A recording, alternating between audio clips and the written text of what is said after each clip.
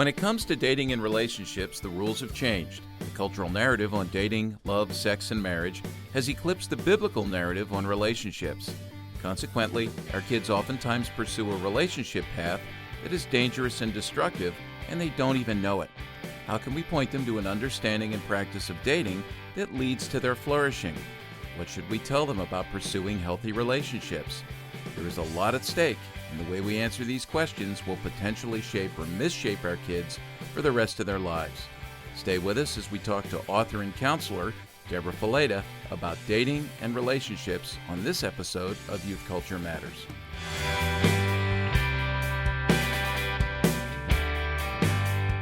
From the Center for Parent-Youth Understanding, this is Youth Culture Matters. If you're a parent, youth worker, educator, counselor, grandparent, or anyone else who cares about kids, we're glad you've joined us for this practical, informative, and hope-filled podcast. This is a place where together we talk and think Christianly about the rapidly changing world of today's children, teens, and young adults.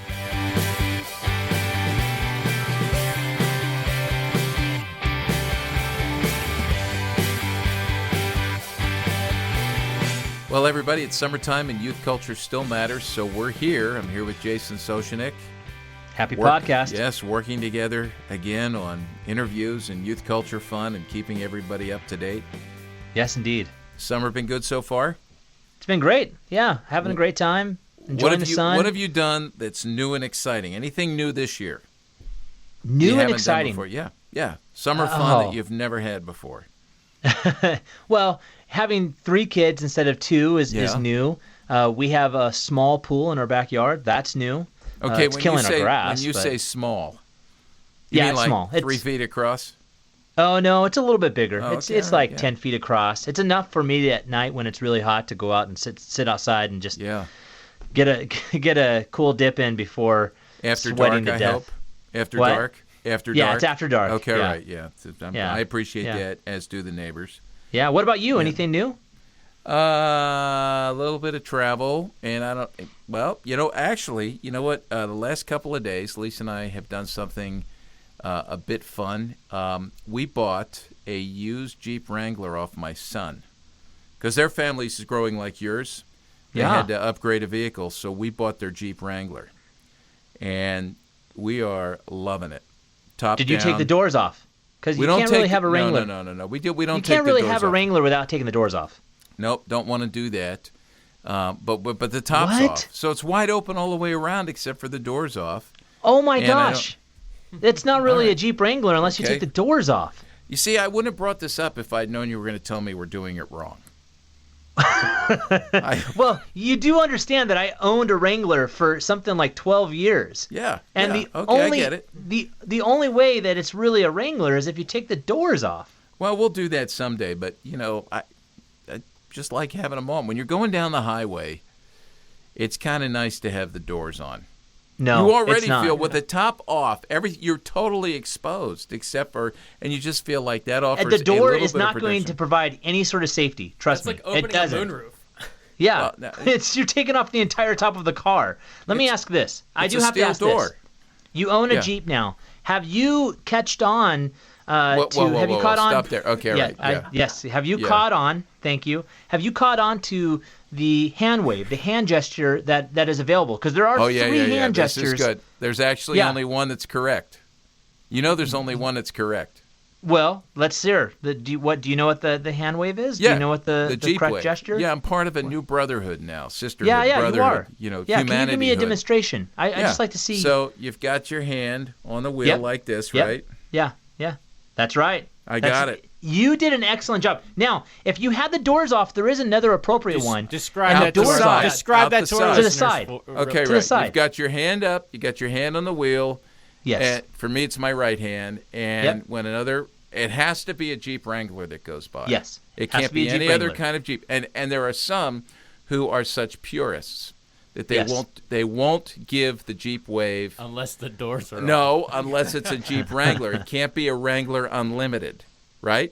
You know that rule, Jason? That would make sense. That's actually part of the rule now. Yeah, so it's the Jeep Wrangler, the shorter version. And it can't version. be any other Jeep car. It has to be a Jeep Wrangler. Right, it can't be any, So, and you got your hand on the wheel, and all you do is it's kind of like putting your two fingers two up fingers. with a peace sign. That's it. Yep. And then you can, if your doors are off or your arm's hanging out, sometimes my arm hangs out and I can't pull it back in. You can actually, you're not going to ask about that, why I can't pull my arm back in? I gave you some bait there. Come on, I'm just letting it hang. Okay, right, I'm just letting it be. Yeah, my arm's hanging out. You just throw it out the side. I'm just like your arm's hanging out there. I'm just letting the statement hang out there. Yeah. You know how like Harley riders will do that? And you'll see their little secret. Now, Kent, you ride a motorcycle. I do. If you did that to a Harley rider, they'd laugh and then run you off the road. If I wave at a Harley rider, oftentimes I won't get a wave back. Okay, don't tell us what you get. You normally get nothing. Okay, right. Nothing. Harleys only wave at Harleys. Right.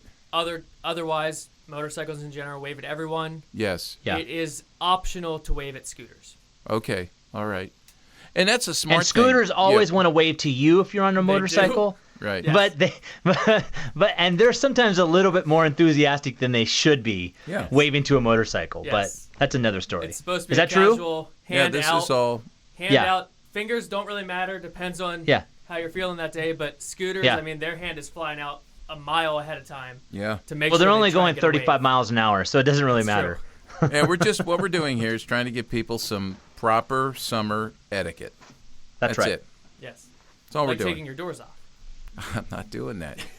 I'm not doing that yet. When I come and visit, Walt, I just want you to know that those doors are coming off. All right. Okay. They have I'm to not come sure off. what to say beyond that, but you'll have to get past me first.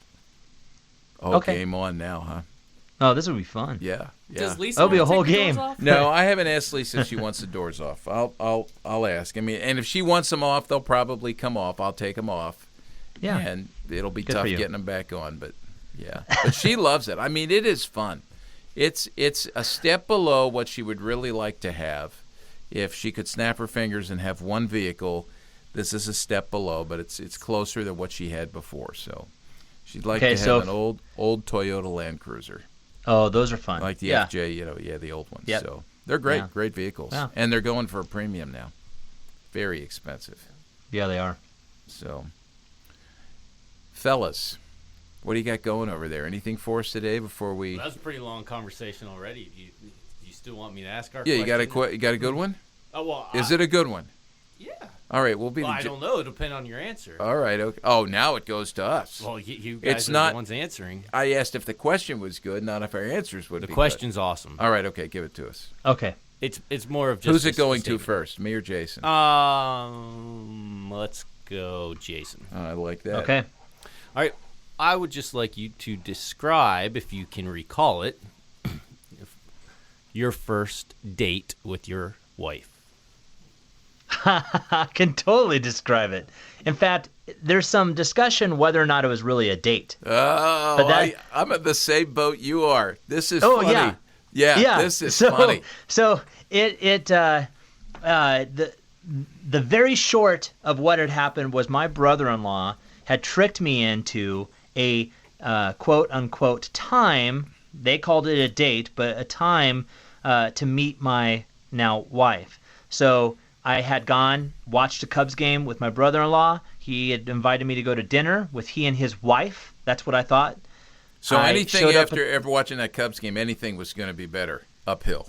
So it was going to be good. No, that was a good Cubs game. In fact, it was a win for the Cubs. I remember that we won in the final inning. All right, with get a back leadoff to the home. Yeah. So, anyways, so we went to the restaurant. It's awesome that you remember that. Jason, who were the umpires? So we get to the restaurant and he says, "Hey, the girls will be here any moment." I said, "Girls? What are you talking about? We had specifically talked about you and your wife, not girls. Who's the other girl? It's my sister." What? I said, "This is not a date. This is not a date. You're sitting next to me. She can sit next to your wife, and we will leave it at that."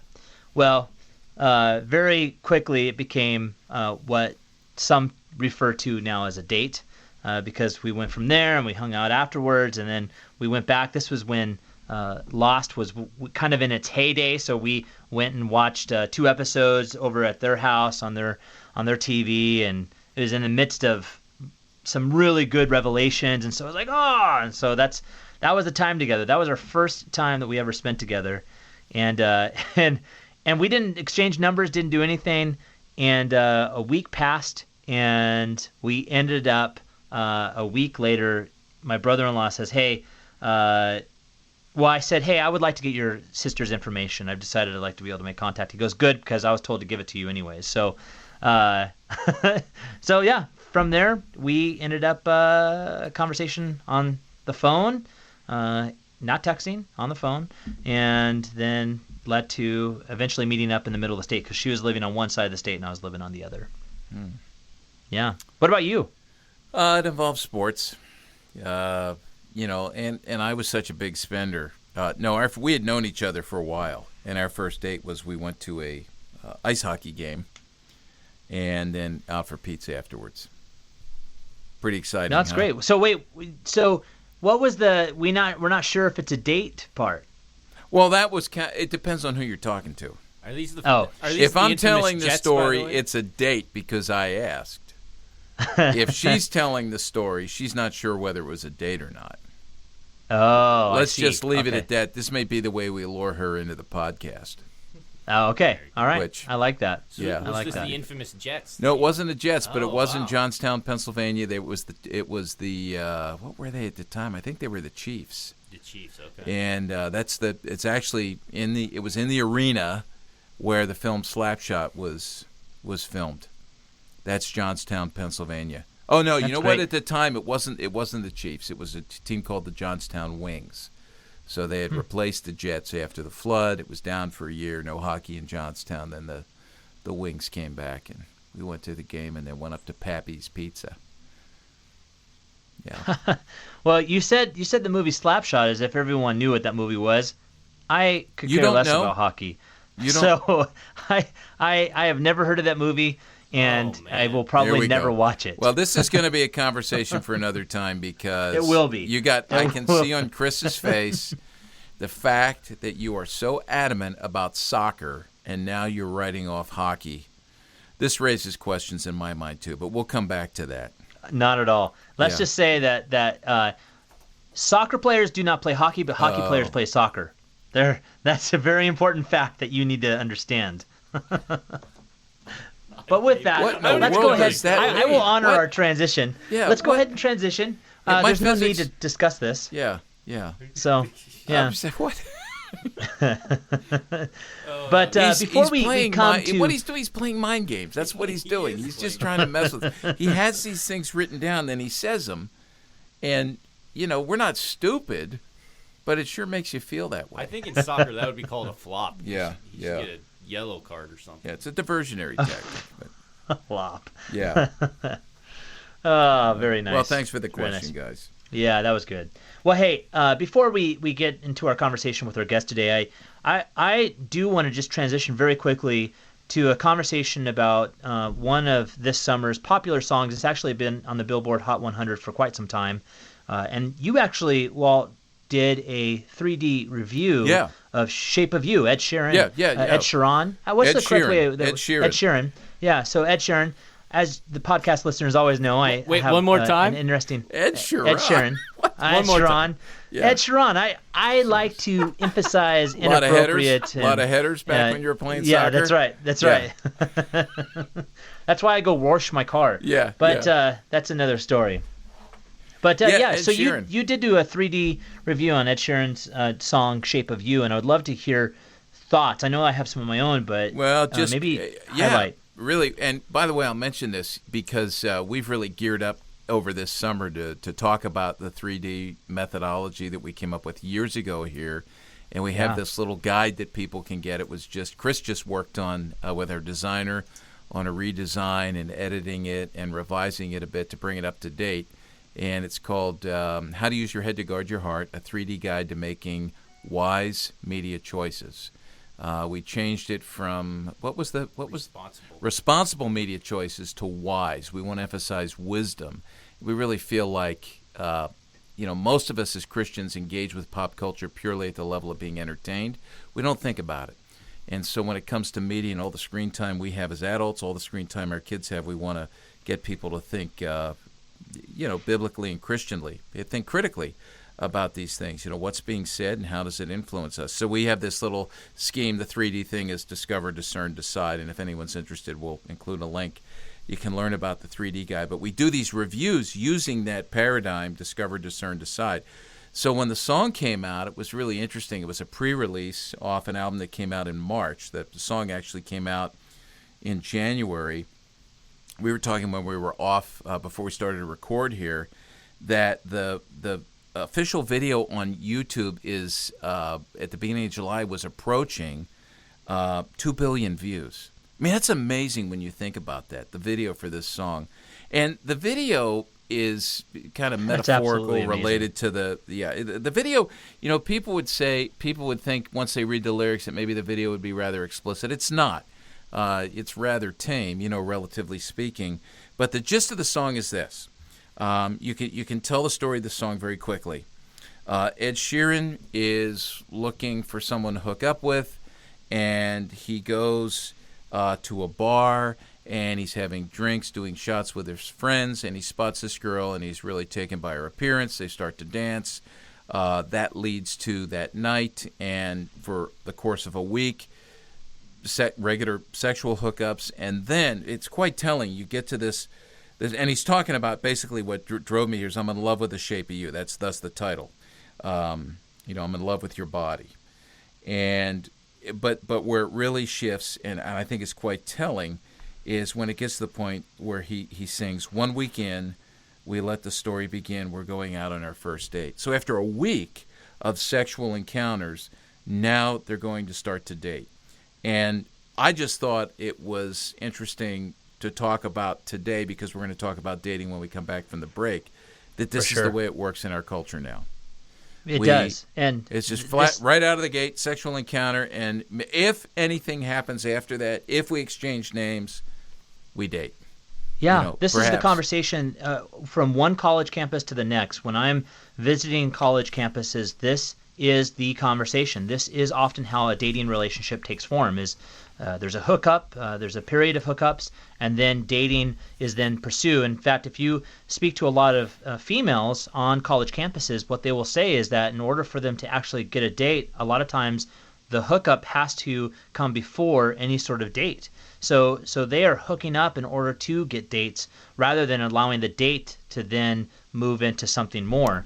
So it's very telling. It was really surprising when I'd first read the lyric how real this is, and how now it's making its way not into just it's not just happening on college campuses. It's actually making its way into pop culture with regards to lyrics and music. And I mean, this has been the way it's been for quite some time, but how it's casually placed in the midst of this, and it's not really that big of a deal for many people that listen to it. It's I would even say that it's something that gets passed away or passed on because the shape of you tends to be the context of the conversation, not that, oh, we've had sex for a week and now we're going to start dating. Right, yeah. So we're going to include a link to this 3D review. It's a downloadable PDF that you can read on this song, Shape of You by Ed Sheeran. And I would encourage parents to read it. I would encourage youth workers to read it, and then use the song, watch the song, listen to the song with the kids you know and love, and talk about it, because this is a great way to spark conversations. Jesus in the Sermon on the Mount, he probably did this hundreds of times in his ministry when he was teaching, you have heard it said that, and he would lay out what the culture believed, and then he would turn it around and give the kingdom priorities, the kingdom narrative, and he would say, but I tell you. This is a great... This song offers great insight into the you have heard it said that, the cultural narrative, and then we can spring off of this and have great conversations about what the scriptures say about love, sex, marriage, that sort of thing. So, and we're going to have that conversation after we come back with a break with our guest who's written a book on dating. So stick with us, and we'll be right back after this break.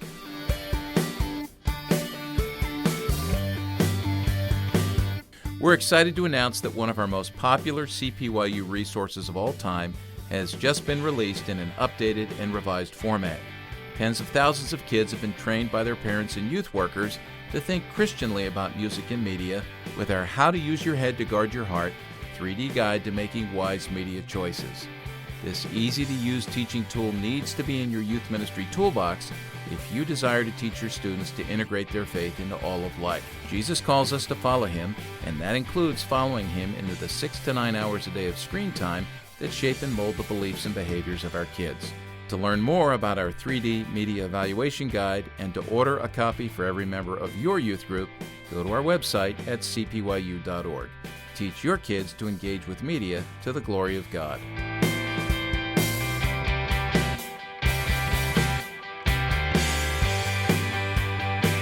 Welcome back to Youth Culture Matters. We are here with our guest today, Debra Fileta, who wrote the book True Love Dates and is also a professional licensed counselor there in your part of the woods, there in Pennsylvania. Now, I always get this wrong.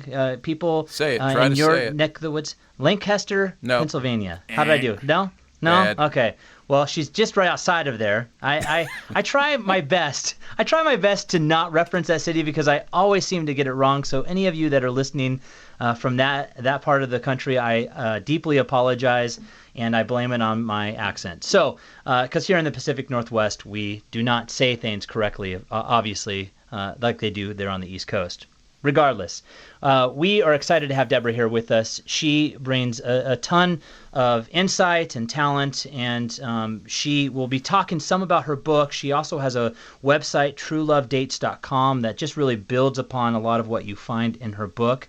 But again, she's a licensed professional counselor. She's been a regular contributor on Relevant Magazine, crosswalk.com, written tons of articles, some of which we've also posted on project619.org.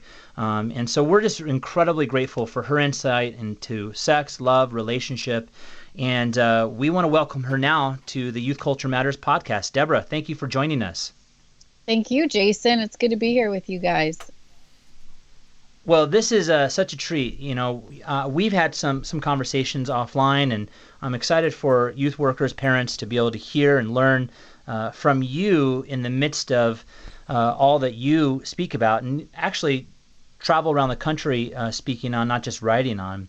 Let me just dive right in and ask you how you even got into writing a book called True Love Dates. What ultimately led to this place where you both named it True Love Dates, but then started this process of writing this book? Yeah, so as a licensed professional counselor, my main job was seeing patients and working in the private practice setting. And after a few years, I kind of found that my niche was starting to develop. They say you sort of fall into a niche when it comes to being a counselor. And then my specialty, I just started seeing more and more relationship issues, marriage issues, singleness issues. And the more I worked with that specific clientele, the more God just really started moving my heart in the direction of helping Christians to navigate healthy relationships. Because as we all know, just because you're a Christian doesn't mean you automatically have a healthy relationship. And so I started writing on the topic for different magazines, for Crosswalk and Relevant and Christianity Today. And eventually I just felt led to kind of put these thoughts down, the things that I was counseling, into a book. The idea for the name True Love Dates it's kind of a play on words for the ministry that we've all heard of called True Love Waits. And it's just the idea that a lot of times in Christian culture, we're told to wait, or we're told what not to do when it comes to dating and relationships and sex. We're not necessarily given an alternative. And for Christians, a lot of times you find yourself kind of stuck in the middle of, hey, here's what the culture is doing, and here's what the culture is offering us. But then the church is kind of silent on some of these subjects. And so for the Christian, it can really be hard to navigate some of these things. And so True Love Dates is kind of that middle ground. It's a psychological resource of how to navigate dating in a healthy way, and how to actually go about doing it. But at the same time, it's rooted in faith and in biblical truth, which I think is what makes it important. Yeah, for sure. I want to go back to when you were when you were first starting out counseling and you were seeing your niche evolve, and you said that you were engaging in these sessions, were there any specific things that you were seeing? Like, what were some of the things that were coming up that you just thought, gosh, there needs to be a voice in this? Well, it seems to be that we often have a hard time addressing the difficult issues within the church until those issues start creeping into our life and our relationships and having a negative impact. So, when it comes down to it, a lot of people don't come to counseling until there is a problem spot, something that's actually having a great impact on their life. And unfortunately, a lot of people don't even seek marriage counseling or relationship counseling sometimes until it's at a point where it's infiltrated every aspect of their life. So I almost felt like the Lord was kind of just showing me, in order for us to tackle this problem, in order for us to even make a dent in the divorce rate, we've got to back up and help people get healthy first while standing alone before they even enter relationships. And so that's kind of the focus of the ministry and the website and the book. It's the idea that healthy people make healthy relationships, and we want to work on getting healthy long before any relationship issues start coming along. Yeah, that's great. You even start in your book with a story of an individual getting up in front of a crowd and speaking very bluntly that they wanted at some point to get married. And I think it was a college crowd, if I'm not mistaken. Yep. And so are you seeing more or less of that in your practice? Are you seeing more and more singles that are Christian or maybe even not a Christian, but are coming up and saying, I do want to get married, but I'm finding it more and more difficult, or I don't know the path to get there, or I want it so badly I just don't know how to wait? I mean, is there a mix of those things? Or is there anything that you're seeing in the midst of that? Because I found that fascinating that's where the story kind of begins. Yeah, there is definitely a mixture of people. You probably already know this, but right now we're living in an era where we have the most amount of singles that we've ever had before. And we're not just talking about never married singles. We're talking about people who've been divorced and are trying to navigate singleness all over again. So if you take the never married crowd and couple it with those who've been divorced, we've got the highest number of singles that we've ever had before.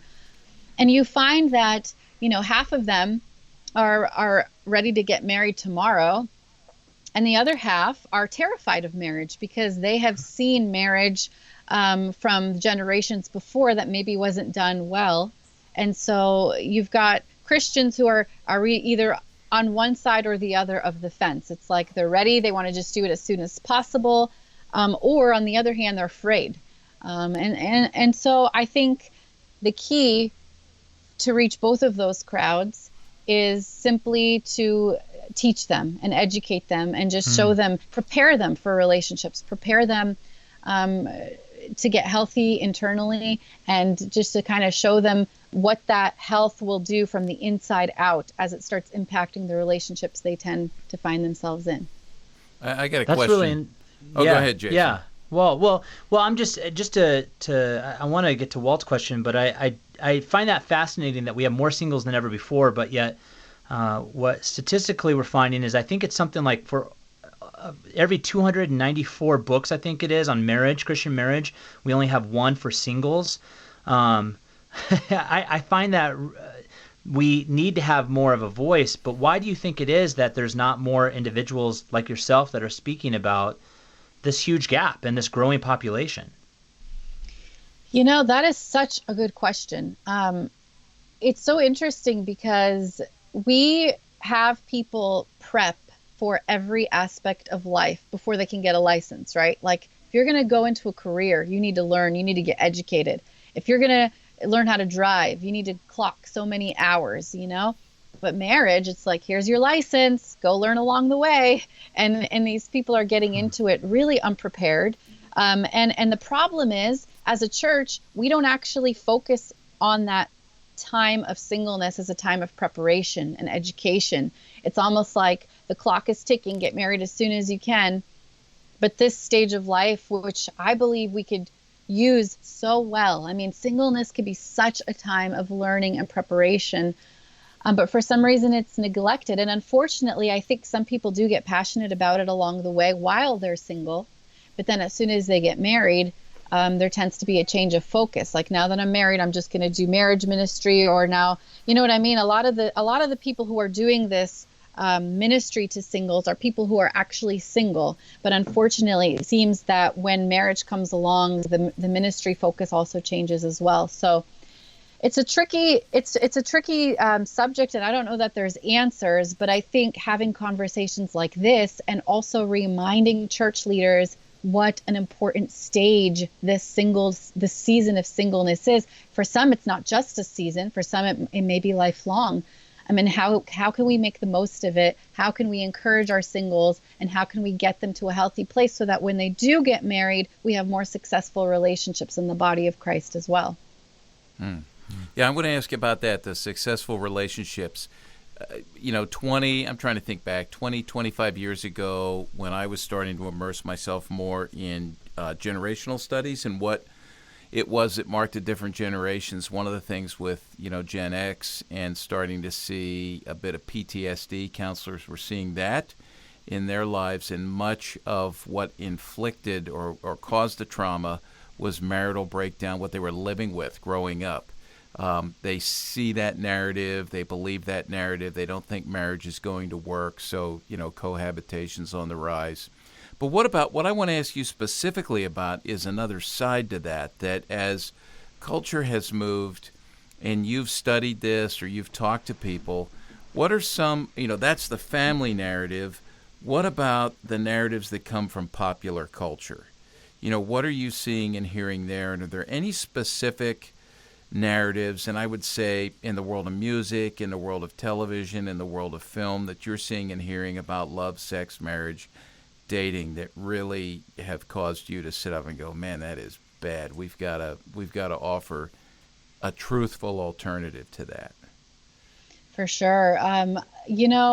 There's the problem with culture that also tends to seep into the church is that we believe that marriage is going to fill us up. Marriage is going to do something for me. It does. It does both those things. But go ahead, continue. It's not what we expect, right? I'm just laughing here out loud. Absolutely. Yeah. We go into it thinking, like, what can marriage do for me? I will become happy when I get married, or marriage will make me happy in this way. And then the moment that dream doesn't become a reality, it's like, well, I guess I married the wrong person, or maybe I just made a mistake. I just got to try this thing again, when really we go into it half full instead of going into it as full people. And two half full people are still two half full people, even when you put them together. And so the narrative I see in culture is that, we all talk about the word soulmate. We're trying to find our soulmate. I mean, that's not biblical. Nowhere in the Bible does it talk about the word soulmate. If anything, the only reference to our soul is our relationship with Christ. And marriage is just, I think we put it on a pedestal that it was never meant to be on. And when it doesn't meet our expectations, we just kind of throw in the towel. I think this is a great segue into then even what you write about in your book, because in the very first part of your book, you break your book up into really kind of three parts: inward, outward, and then upward.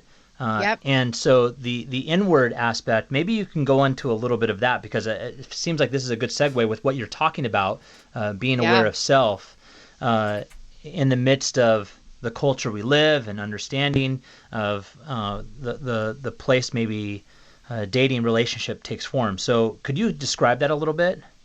Yeah. So True Love Dates is broken up, like you said, into three sections. We kind of refer to it as 3 dates: dating inward, dating outward, and dating upward. And dating inward is really the idea that we need to take the time to understand who we are as individuals, who we are in Christ, our identity, our strengths, our weaknesses, our baggage, our past, and how that past, like Walt was saying earlier, the things we've seen from our family of origin, how those things impact who we are and what we would do in relationships. Because we play out what's been modeled to us, whether or not we realize it. You learn so much about love based on how love was communicated to you in your family of origin and how love was modeled. And I believe that so many people are coming into marriage with so much baggage that they don't even know they're carrying. I recently spoke at a church, and the pastor, kind of in a joking way, said, "Oh, so we all have baggage? Like even us here in this room, Christians and church, we all have baggage?" It seems like such a big word. But the truth is we all carry sins and struggles. And sometimes those sins and struggles are things that have been passed down to us that we don't even realize. We're just on like cruise control, living our life, not even realizing that some of those things are patterns that we're passing down from one generation to the other. And so the first aspect of becoming healthy is dating inward and really getting to know ourselves and understanding some of those patterns that we carry. So for a youth ministry, a youth worker that might be listening, and they're maybe struggling with, I don't know whether or not I want to engage in the topic of dating or relationship in this form, just simply having conversations about past baggage, entering into some of this can actually be very helpful for relationships into the future. Is that a fair way of assessing that or engaging that? Absolutely. There was a study that they did where they put a bunch of people in a room and they kind of dressed them in scuba suits, so you could only see their faces. And they just kind of observed what these people would do. And the interesting thing is that they found that people who had similar physical features tended to flock together in this social study. We are magnetic to people who are similar to us, and physically, but how much more magnetic are we emotionally and spiritually to people who are similar to us? So the healthier we become as individuals, automatically, the healthier the relationships we're going to attract. The healthier you are, you're going to recognize relationships that are healthy, and you're going to be attracted to those relationships as well. And when you see young people saying, I keep a lot of young women, teenagers, college students, it's like, why do I keep attracting these same type of unhealthy relationships? Why am I always drawn to the bad guys? Why am I always drawn to the bad girls? That makes you realize you need to take a step back and figure out how healthy you are standing alone, because that's a good indicator of how healthy you are, just taking a look at the types of relationships that you're attracting and allowing into your life. Wow, that's great. Is a quick way of saying that maybe you attract who you are? Absolutely. You attract people who are on your personal level of health. That's really what it comes down to. Wow, this is great. Well, we're going to take a quick break, but I want to come back because we still have the other two parts that or other two dates as you were describing it. So we're going to take a quick break, and then we'll be right back with Debra Fileta and having more conversations on her book, True Love Dates.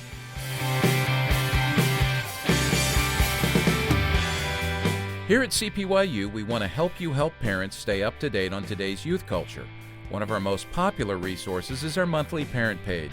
This 4-page full-color resource offers parents a timely, practical look into current youth culture trends, along with resources to help them parent their children and teens Christianly in today's rapidly changing youth culture. If you're a youth worker who would like to get this monthly resource into the hands of your parents, you can see a sample parent page and learn more by visiting cpyuparentpage.com.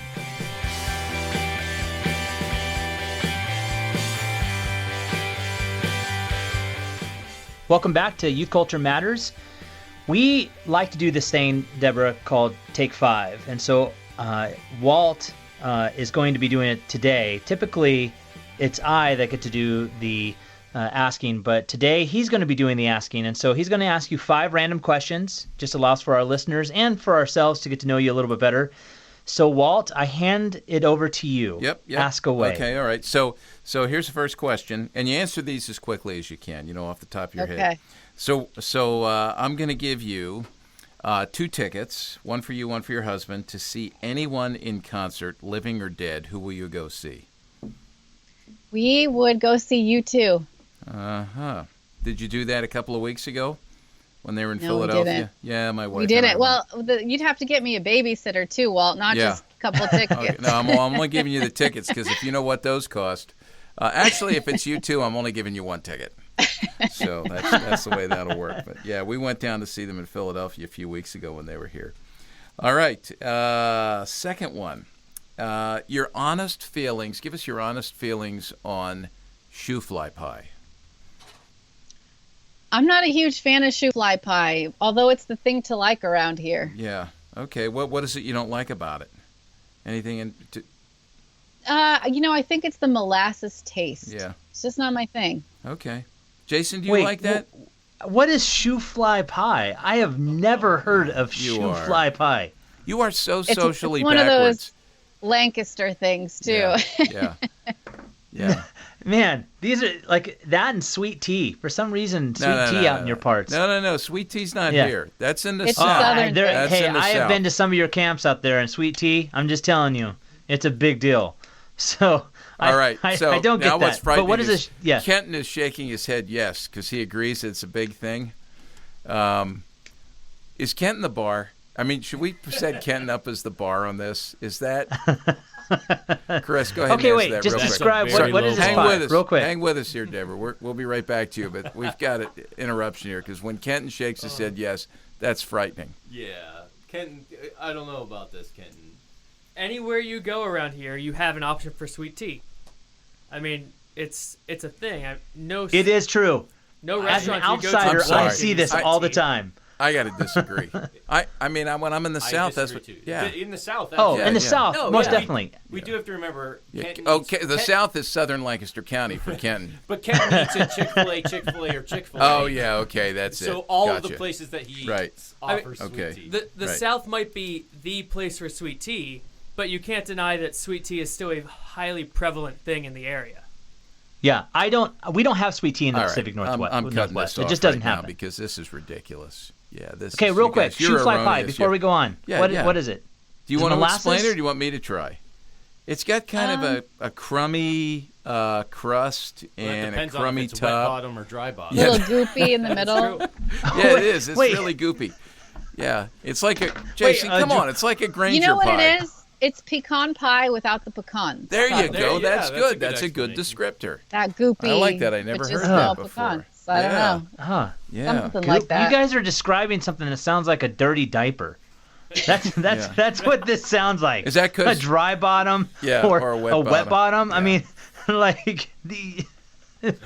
All right, let's move on to number three. Here's number three. Hey, what address should people ship their shoe fly pies to, Jason? Yes. Jason.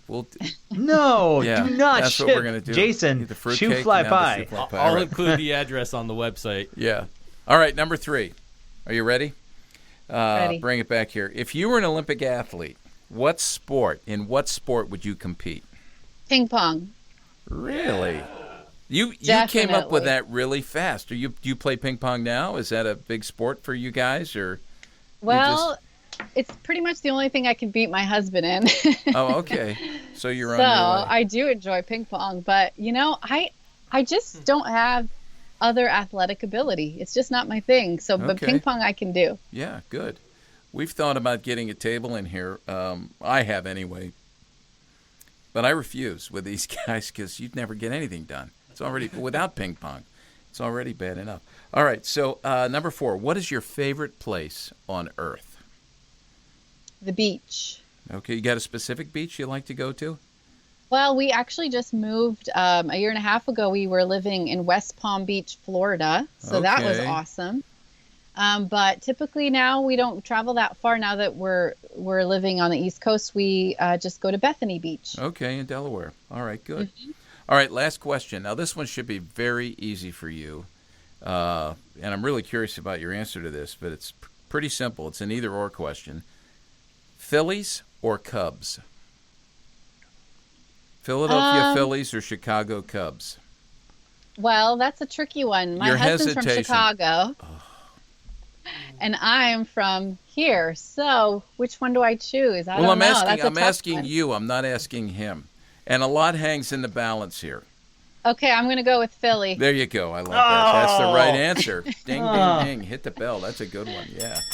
Good. Jason's a big Cubs fan, and we go back and forth. So, I'm a big Phillies fan. But that's something. Your husband's a Cubs fan. All right, good. Yep. Well, hopefully we got He to is know a you little bit righteous better. man. And I apologize for the interruption. Dude. I apologize for the sudden interruption with Kenton's No worries.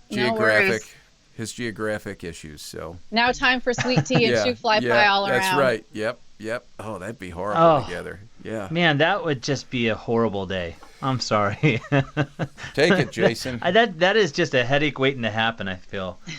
All right. Well, I'm going to do my best to transition out of Take 5 back into the conversation we were having prior to the break. But picking up where we left off, we had discussed dating inward. What about dating outward? Describe that a little bit for our listeners.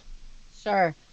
A lot of times we go into relationships with very little understanding of how to have boundaries, and we don't even sometimes know how to identify what's a healthy relationship and what's not. And so dating outward is all about the ins and outs of having healthy interpersonal relationships with people. So if dating inward was about having a healthy relationship with yourself, dating outward is then healthy interpersonal relationships with others, and how to identify people who are a good match, personality-wise, how to understand the difference between your needs and your preferences, because that is something that we really have backwards in our culture. We put needs and preferences on the same page, and we make things that are minors, we make them big deals. We confuse our majors and our minors. So dating outward is just all about that. And in that section, I talk about a chapter called The Seasons of a Dating Relationship. And in my practice, I've kind of observed that in dating, you pass through 4 specific seasons. And in each season, you kind of learn a little bit more about this person and whether or not they're going to make a good marriage partner. Hey, would you go back to what you just said about, I think it was needs and preferences, getting those confused? Are those the... Yep. Yeah. So how do we do that? Give a couple of examples of how people do that, get those confused. Well, after a talk recently, I was, this young man came up to me and he's like, I cannot wait to marry a godly woman.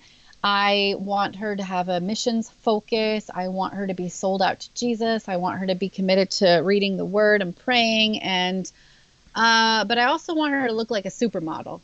So it was like, he just presented this really interesting question to me. He's like, so do you feel like my expectations are just too high? And is that one of the reasons I'm single? Well, I thought it was insightful that he was asking. It's like, I feel like a lot of times we've got these lists of like, oh, he's got to be 6'4" and have dark hair, dark skin, light eyes. He's got to enjoy cooking and cleaning, but he also has to do this, and this, and be a man of integrity and love the Lord and lead worship. And it's kind of sounded like Mr. Clean there for a second. Yeah, until he started leading worship. But some worship leaders look like Mr. Clean. I feel like people just have these expectations that are completely off the charts, unrealistic. It's like we've got to really understand what are the majors when it comes to choosing a life partner, and what are the things that you can decide, that's a preference. I can live without that, and really teach people how to recognize their own majors and their own minors, because for each person it is going to look a little differently. There's not necessarily a cookie cutter answer of what makes a major for someone or a minor for someone else. But we can't put faith on the exact same page as hobbies and preferences. We've got to have majors and we've got to have minors, and we have to know the distinction between both. I want to follow up with that, because that example you gave is great. And there's an example of how the cultural narrative has spoken in very compelling and convincing ways. So all those godly characteristics, all those inward qualities, and then but it's really important that she has to look like a supermodel. And that goes both ways, male, female. What can parents and youth workers do practically to, squelch that, to stop that, to correct that? Is there anything you can recommend that would be helpful? First and foremost is modeling proper behavior with how we talk, not just how we talk to these young people, but how we model our relationships. And I think one of the most influential things is when you meet a couple who just has a solid relationship, a great friendship. They love the Lord, they love each other. Let these kids in to what a healthy marriage looks like, just put it out there for them and share with them. Invite them into your homes and serve together as a couple so that you can model to them what a healthy relationship looks like and kind of set a standard for them outside of the standard that culture is setting for them. But additionally, I think the most important way is that we have these conversations and then we talk about these things and we make a list of, okay, share some of your majors with me. So share some of your minors with me. What are some things that how can we categorize these things into preferences or needs? And what does that look like? Because if we're not having these conversations, their ideas and their expectations are starting to take shape, unfortunately, without the church's input, And so I just think it's really important to just start these conversations within the group of kids that God has entrusted to us. And my kids are little, my kids are 1, 5, and 6, but we're having these conversations on a small scale because it's not just a one-time talk that you're having like the birds and the bees. It's one-time talk that people think we just have to talk about it one time, have one session in youth group about dating or one session about sex or one session about this. It's a lifelong conversation from the time they're little. That's good. Let me ask one more question with regards to parents, because I think that there are many parents that are afraid to share. There's modeling, which is what you're talking about, but there's also the dynamic of sharing your own story as it relates to the outward, how as parents they went forward and did that. So one of the most common questions that I receive is a parent coming forward saying, I don't know whether or not I should share my story in the midst of this, especially as it relates to this. So what would you say to the parent that's asking, how or should I share my story? Well, there's a time and a place, of course. I think we need to make sure we're sheltering our children from not overexposing them to things that they're not ready to handle. But I know of a woman who actually went through an emotional affair, and she's in ministry and had an emotional affair, and her kids are grown now. And she sat down with them, they're newlyweds, and just kind of shared with them for the first time their story, their struggle, how God redeemed it. Do I think they should have been having that conversation at age 10? No, I don't. Because there's a difference between you want your kids to feel secure and stable in the environment they're in, but at the same time, you want to be honest and authentic. And I think a good gauge is to share the good, be sharing the good and sharing the things that you want them to look for in a relationship, even if your relationship isn't totally there yet. And just kind of opening their eyes to what they should be on the lookout for and sharing the good. And when the time comes and you feel like they're old enough and the Holy Spirit leads, share the negative things and use them as teaching moments, Yeah, that's great. That's a lot of what we talk about here is using opportunities to share the good, to share the story that we've been written into. And I appreciate that, which also then lends itself well to segueing into the last part, which is dating upward. So could you talk a little bit about that dynamic? Yeah, absolutely. People always say, I think one of the cliche phrases in Christian culture is make Jesus the center of your relationship, right? We hear that a lot. Another young man comes to mind. He came up to me also after a talk and said, my girlfriend and I are making Jesus the center. We just started dating a month ago, and we do devotions together every single day. We pray every single day, and we're in God's word together every single day. That means we are, making Christ the center. And he was really proud of himself. So I think he was kind of surprised when I said to him, I really believe that you need to have spiritual boundaries in your relationship and emotional boundaries, and praying together and reading God's word together is a really intimate thing that maybe you need to hold off on that until your relationship is moving towards engagement. You're not ready to unite your spiritual lives. I think sometimes we underestimate the importance of spiritual connection in a relationship and leading into marriage. And so going back to dating outward real quick is just the idea of having spiritual, emotional, and physical boundaries, not just, sometimes Christians tend to focus on the physical part, but forget there's other aspects of intimacy that we have to be cautious with. So if that's not what it means to make Christ the center, then what does it mean? Well, really what it means is understanding our identity in Christ, understanding our relationship with him, and really investing in that relationship. You know, earlier we talked about how a lot of these people are going into relationships as a half full cup, 2 half full cups, hoping that they're going to fill each other up, when really what needs to fill us up is our relationship with Christ while standing alone, and our intimacy with him, so that we can be people who are overflowing. And out of that overflow is where healthy relationships come from. So dating upward is really kind of grasping and understanding our relationship with God and really making the most of it in our individual life. Mm-hmm.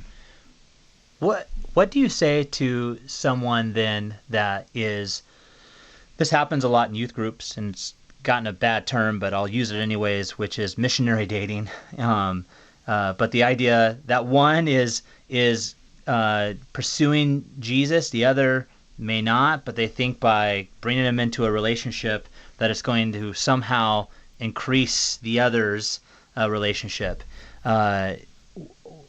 If there's a youth worker that has students like that, what would you say to them? How or even to the student themselves? Yeah, you know, it's funny. We just did a series at truelovedates.com called #MarrySomeoneWho ... And we kind of filled in the blanks. Marry someone who is this and that. And one of them was marry someone who loves God more than they love you. Because that relationship with God in their personal life is going to be the driving force in order to help them love you well. And so I think in dating, you know, like you've got to be looking for someone who loves the Lord. You've got to be looking for someone who's on the same page as you spiritually, because so much of what makes a healthy relationship is actually caught up in the things that we read about in the fruit of the Spirit. You tell any counselor what are some traits that make for a healthy relationship, you know? Someone who's loving, someone who has joy, peace, patience, kindness, goodness, faithfulness, gentleness, self-control. Man, do we talk about self-control in counseling. And if those are the aspects of the fruit of the Spirit, you're really risking a lot to try to achieve those aspects outside of the Spirit, you know, hoping that this person's good. I'm hoping he's going to make the right choices. I'm hoping she's going to do me well. But really the key there is not just trusting this person that you're dating, but trusting Christ in them, you know, and Christ to be at work in them. And to me, that's so important to the foundation of a healthy marriage one day. And so faith is, you can't separate faith from healthy relationships. Let me ask one other question, because this is a question that comes up often. It's a difficult question, I know, but I am interested in what your thoughts are, and that's the age at which someone first starts dating. Because there are going to be parents that are asking this question. It's a question I get often from both parents and from youth workers. At what age do we say, hey, it's okay to date? And I know that there's not one generic answer, but I would be curious how you engage that answer or that question. Yeah, you know, it is a good question. I get asked that a lot, and I always just go ahead and tell people my personal preference. I personally believe that there is nothing significant about a relationship in high school. You know, I say, listen, if you're still in high school, you need to focus on yourself. This is the time you need to be dating inward. You know, like if we haven't even graduated high school and you don't really have a vision for your future, how can you have a vision for your relationship and what that looks like? How can you know where God is leading you? You can't really know who fits into your life until you know where your life is going. You know what I mean? You've got to have a picture of your life in order to be able to say, oh, that person could fit into this. You know, what God is doing in my life. And so I really encourage parents just to say during the high school stage, you know, get to know as many people as you can. Get comfortable with friendships of the opposite sex. I think part of the problem is a lot of times we have this all or nothing mentality. It's like either date in high school or you don't interact with anyone of the opposite sex. But we've got to have this in between where we're encouraging our kids to interact with the opposite sex, have dialogue, have interactions with them in a healthy way. It's sad too, because the opposite end of that spectrum is when we come from extreme homes where people have really never talked to the opposite sex, and then here they are out in adulthood and they have no clue how to engage in a healthy relationship with someone because they've never actually had the opportunity. And so I think intergender relationships between men and women and girls and boys shouldn't be taboo. We just have to teach them how to interact in a way that honors God and honors one another in the process. And in the Dating Upward section, I talk about how to date with no regrets. You know, if you protect yourself and set up those emotional boundaries, when the time comes to date, you will be comfortable with the opposite sex. And not only that, you'll have great boundaries to kind of protect you along the way. Is there anything to take into consideration when you talk about dating in today's cultural context where you have to help, I don't know if you do this in your counseling, but help parents understand that maybe if you say dating should wait till later, there still comes into play the beliefs and behaviors regarding the sexual hookup culture. You know, where like on a college campus, a hookup, an anonymous sexual encounter always precedes dating. We've talked about Ed Sheeran's big song now, Shape of You, which is about, you know, a pure lusty, you know, physical attraction, kind of like what you were talking about before, and a sexual encounter, a series of them for a week. And then it says in the lyrics, it says, you know, so this has been going on for a week now, let's start to date. Have you seen that work itself out, that new attitude, and how do we address that? Oh, for sure. I mean, the hookup culture is seeping into the Christian culture in a really dangerous way. You know, all the dating apps and all the things that are going on. I mean, there's a lot more to take into consideration now than there was years ago. And as far as watching your children and being aware of what they're into and who they're interacting with and what their interactions look like, I encourage parents to be as active as they can possibly be. I mean, be involved in everything. And not just that, make your home the hub for everything, you know? Like, if there's going to be a party, it's going to be at your house. If there's going to be a get-together, it's going to be at your house. If there's going to be anything involving the opposite sex, make sure that you are involved in what they're doing. You have your eyes open to it. You have your hands around it, and you're meeting these people and you're interacting with their friends, because really this time that God has given you as far as the elementary, middle school, high school stage, this is your chance to really pour into them before they're out on their own, facing the hookup culture in colleges where there's nobody there to hold their hand and speak wisdom into their life, you know? So it's important to talk about these things long before the situations come up. It's important to talk about the hookup culture. It's important to really speak into it while you have the chance. One last question that I would have is, I'm curious what it would mean for, you talked about modeling earlier and the importance that parents play in modeling particular behavior. How important is it for parents to model that, not just in the home, but also with their own dating life as a married couple? How does that play out? I'm not really sure. I'm kind of searching for the right question, but how important is it for parents to continue dating long after, to discuss what that means for them in the midst of their marriage? And does that play into an adolescent's decision of when and where they choose to date and how they date? Yeah, you know, I think what we talked about earlier with dating inward is one of the most important aspects about your view of love and relationships is going to be what you've seen modeled for you in your family of origin and how your parents modeled relationships and the people closest to you. So for those of you who are married and you have a good relationship and you have a good marriage, I would say be deliberate in letting your children into all of those good things. For example, if you have a conversation that you need to talk about something, let's say your weekend plans or let's say finances, or there's some issue that you're okay with them listening in on, let them listen to how you navigate a conversation, how you communicate with one another, how you listen to each other, take turns back and forth. I mean, it sounds so simple, but just letting them into a healthy conversation. Or if you have an argument and they happen to hear the argument, then guess what? They should also hear the apology process and how you reconcile after that argument. I don't necessarily think that there should be heated conversations happening in front of the children, but let's be honest, I'm sure that happens, where the kids are listening in to something or someone was feeling tense about something.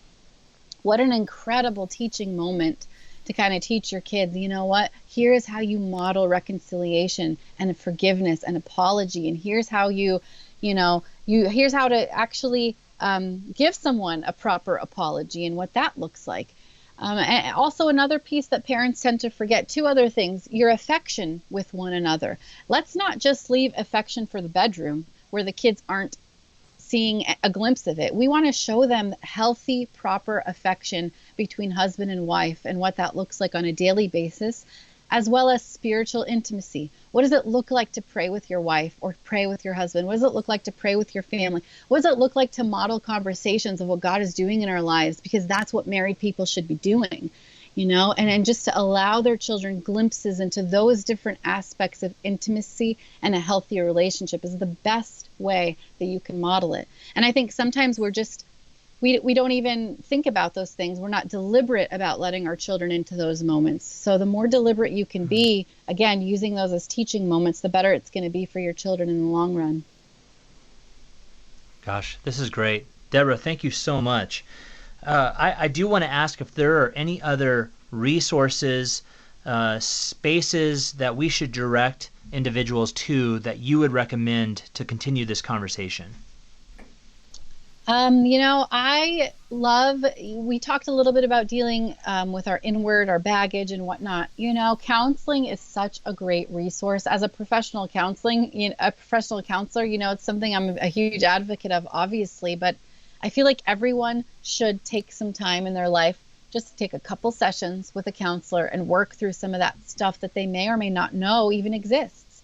AACC.net is a fantastic resource, the American Association of Christian Counselors, to find a local Christian counselor in your area.